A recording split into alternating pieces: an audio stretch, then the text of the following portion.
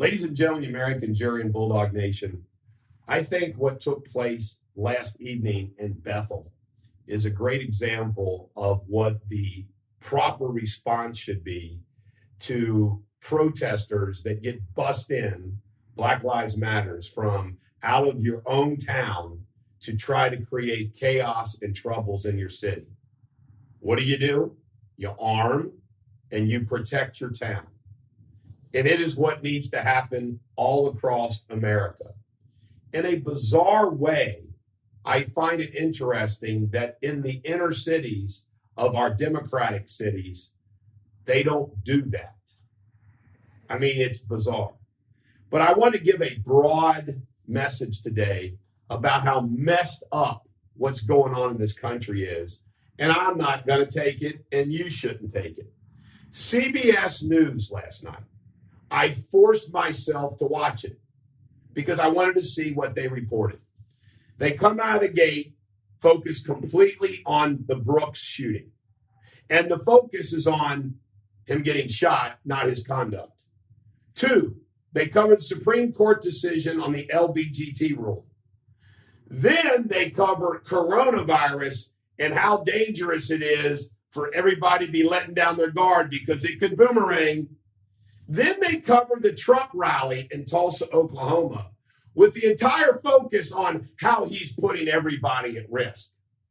Then they cover the hanging of the 2 black men in LA that were found hung, separate situations, that everybody believes is suicide.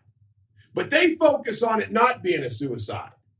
Then they covered black home ownership redlining for lending. That's where banks would like do a red line and have different standards for lending money to those people. Then they did a thing about traveling, flying, or driving, complete focused on how cautious you need to be. And then they did the gay Supreme Court, the LBGT case repeat. That was your CBS CBS Evening News. Now just think about that. I watched it just to make my point. I didn't have to watch it. NBC, ABC, I'm sure did the exact same thing. CNN, MSNBC. And that's what they do every night, every day across this country. Now, I'm going to go ahead and say something that's a little bold, but that's okay because I get away with saying something bold because I can't be fired. When did being white equal being bad? When? They have, with this white privilege bullshit, with everything, the white guilt that they lay on us, they're trying to, and you know what they're creating?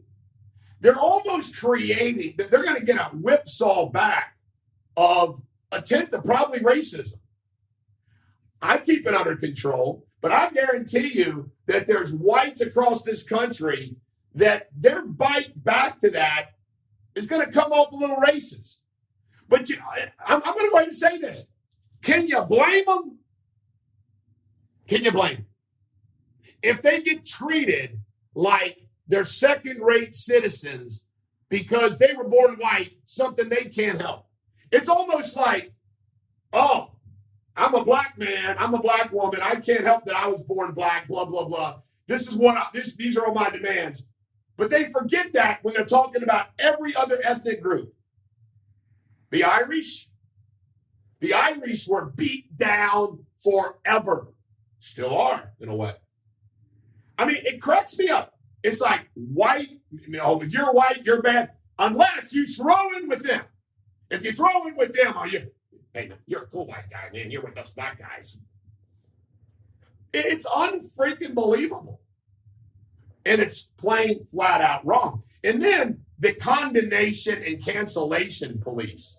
This has got to get canceled. This has got to be how and we're all supposed to speak out. You got to speak out. Did you see the head coach of Oklahoma State had a picture, football team, Gundy, had a picture taken with that conservative national news network.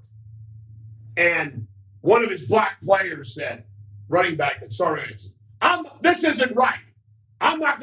This has got to be fixed. The guy wearing a news shirt.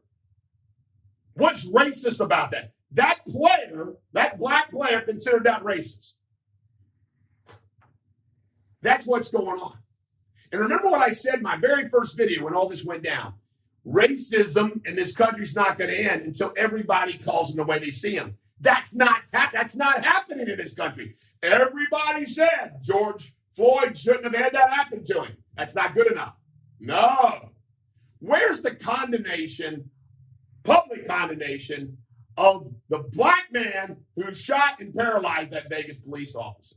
Where's the public condemnation of that Wendy's getting burned down? The owner of that freaking Wendy's did absolutely nothing damn wrong, and his Wendy's gets burned down. Why didn't Barack Obama condemn that? Why not? Why not? It's unfreaking believable. And that's what's going on in this country.